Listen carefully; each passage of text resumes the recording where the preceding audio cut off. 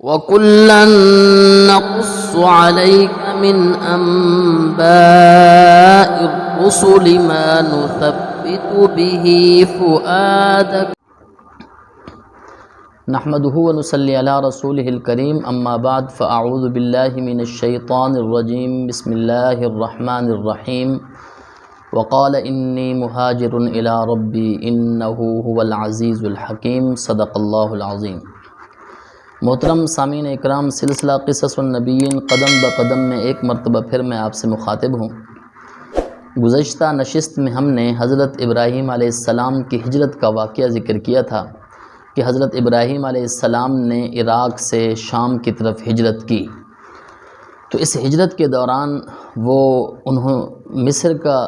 جو علاقہ تھا وہاں سے انہوں نے ہجرت کی، وہاں کا سفر کیا۔ تو ایک بادشاہ جو تھا مصر کا، اس نے حضرت ابراہیم علیہ السلام کی بیوی حضرت سارہ، اس کے اوپر اس نے اپنا ہاتھ دراز کیا تو اللہ تعالیٰ نے حضرت سارہ کی حفاظت فرمائی۔ تو یہ بادشاہ جو تھا، اس نے جب حضرت سارہ پر اپنا ہاتھ دراز کیا تو اس کو اللہ تعالیٰ کی طرف سے جب اس کی گرفت ہوئی تو اس کو اس بات کا علم ہو گیا کہ یہ کوئی برگزیدہ بندے لگتے ہیں، یہ کوئی شریف گھرانے کے لوگ لگتے ہیں،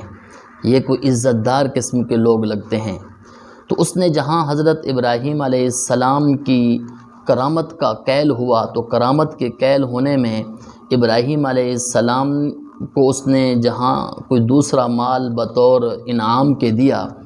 وہاں اس نے اپنی بیٹی حضرت سارہ اور حضرت ہاجرہ وہ بھی حضرت ابراہیم علیہ السلام کے نکاح میں دے دی۔ اب یہاں ایک بات سمجھنے کی ہے، تورات کے اندر چونکہ بہت زیادہ تحریف ہو چکی ہے، تو تورات کی کتاب پیدائش اس کے باب نمبر 16 اس کے اندر جو ہے نا یہ بات ذکر کی گئی ہے کہ حضرت ہاجرہ بطور لونڈی ہونے کے ابراہیم علیہ السلام کو دی گئی تھی، اور ابراہیم علیہ السلام نے حضرت ہاجرہ کے ساتھ جو ہے نا وقت گزارا، جس سے اللہ تعالیٰ نے حضرت ہاجرہ کو حضرت اسماعیل دیا۔ اور بنی اسرائیل جو ہیں وہ ایک اعتراض یہ بھی کرتے تھے کہ ہم بنو اسماعیل سے افضل ہیں، اس کی وجہ یہی ہے کہ بنو اسماعیل یہ لونڈی کی اولاد میں سے ہیں اور ہم آزاد عورت کی اولاد میں سے ہیں۔ تو یہ بات غلط ہے۔ تورات کے اندر بہت زیادہ تحریف کر دی گئی، اور تحریف کر کے یہ لونڈی والا لفظ برقرار رکھا گیا، باقی سارا حذف کر دیا گیا۔ اصل میں جو بات تھی، ایک یہودی مفسر ربی شلوملو اس طرح کا اس کا نام ہے، وہ یہ کہتا ہے، اس نے کتاب تورات کی کتاب پیدائش کے باب نمبر 16 کی آیت نمبر 1 کی تفسیر میں لکھا ہے کہ یہ جو بادشاہ تھا اس نے حضرت ابراہیم علیہ السلام کو اپنی بیٹی دی۔ ایک بات اس نے یہ لکھی کہ یہ ابراہیم علیہ السلام کو جو اس نے بطور انعام کے دیا تھا وہ بیٹی تھی، اور دوسری بات اس نے یہ ذکر کی کہ وہ جس وقت اپنی بیٹی دینے لگا تو اس نے یہ کہا کہ میری یہ بیٹی اس گھر میں ابراہیم علیہ السلام کی لونڈی بن کر رہے، یہ بہتر ہے اس سے کہ وہ کسی دوسرے گھر میں جائے اور وہاں ملکہ بن کر رہے۔ تو اب اس زمانے کے اندر یہ جو لفظ لونڈی کا استعمال ہوتا تھا یہ خادمہ کے لیے استعمال ہوتا تھا، اور بخاری شریف کی جو روایت ہے اس کے اندر بھی جو الفاظ استعمال کیے گئے ہیں وہ کیے گئے اخدمہا ہاجرہ، کہ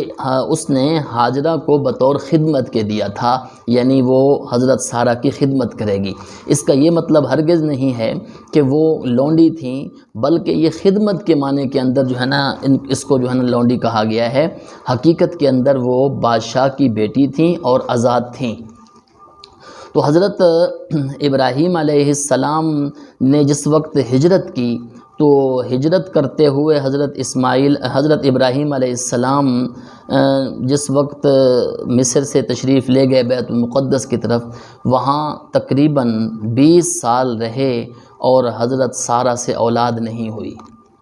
تو جب حضرت سارہ سے اولاد نہیں ہوئی تو حضرت سارہ نے یہ کہا کہ اپنی جو ہے نا دوسری بیوی یعنی حضرت ہاجرہ ان کے ساتھ آپ وقت گزاریں، میرے سے تو اولاد نہیں ہوتی، اللہ تعالیٰ شاید اس میں سے اولاد دے دیں۔ تو اللہ تعالیٰ نے پھر حضرت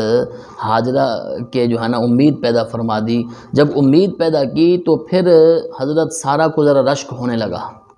یہ ایک عورت چونکہ ذرا فطرتاً بھی کمزور ہوتی ہے، تو جس کی وجہ سے عورت جو ہے وہ کسی دوسرے کی کوئی اچھی بات یا کسی دوسرے کے ہاں کوئی جو ہے نا کوئی انعام کی کیفیت ہو تو وہ برداشت نہیں ہوتی، کم ہوتی، ایک فطرتی بات ہے، عورت ویسے بھی ناقص ہوتی ہے، تو اپنے ناقص ہونے کی وجہ سے اس کے دل میں جو خیالات آتے ہیں وہ بھی اس طرح کے ہوتے ہیں۔ تو حضرت سارہ نے یہ رشک کیا جس کی وجہ سے حضرت ہاجرہ خوف زدہ ہو گئیں کہ کہیں یہ حضرت سارہ میرے اوپر غالب نہ آ جائے۔ تو انہوں نے حضرت ابراہیم علیہ السلام سے بھی بات کی، تو حضرت ابراہیم علیہ السلام نے یہ فرمایا کہ جو آپ کریں کریں۔ تو یہاں سے بھی ان کو ذرا خوف ہونے لگا حضرت ہاجرہ کو، تو حضرت ہاجرہ وہاں سے چلی گئیں، ایک چشمے کے پاس چلی گئیں، تو ایک فرشتہ آیا اور اس نے کہا کہ اللہ تعالیٰ نے آپ کے ہاں امید پیدا کی ہے، آپ کو اللہ تعالیٰ نے ایک بیٹا دینا ہے، اس کا نام اسماعیل رکھنا ہے، اور اللہ تعالیٰ نے اس کو بڑی خیر و برکت دینی ہے، بڑے خیر و برکت والے ہوں گے، اور اللہ تعالیٰ کے جو ہے نا وہ نیک بندے ہوں گے، اور ان کا ہاتھ تمام کے اوپر ہوگا اور تمام کا ہاتھ ان کے ساتھ ہوگا۔ یہ تعریف کی تو پھر وہ واپس اپنے گھر کے اندر آ گئیں اور انہوں نے اللہ تعالیٰ کا شکر ادا کیا اور وہاں گھر میں رہیں۔ پھر اللہ تعالیٰ نے اسماعیل علیہ السلام دیا۔ وآخر دعوانا ان الحمد للہ رب العالمین۔ وَكُلًّا نَّقُصُّ عَلَيْكَ مِنْ أَنبَاءِ الرُّسُلِ مَا نُثَبِّتُ بِهِ فُؤَادَكَ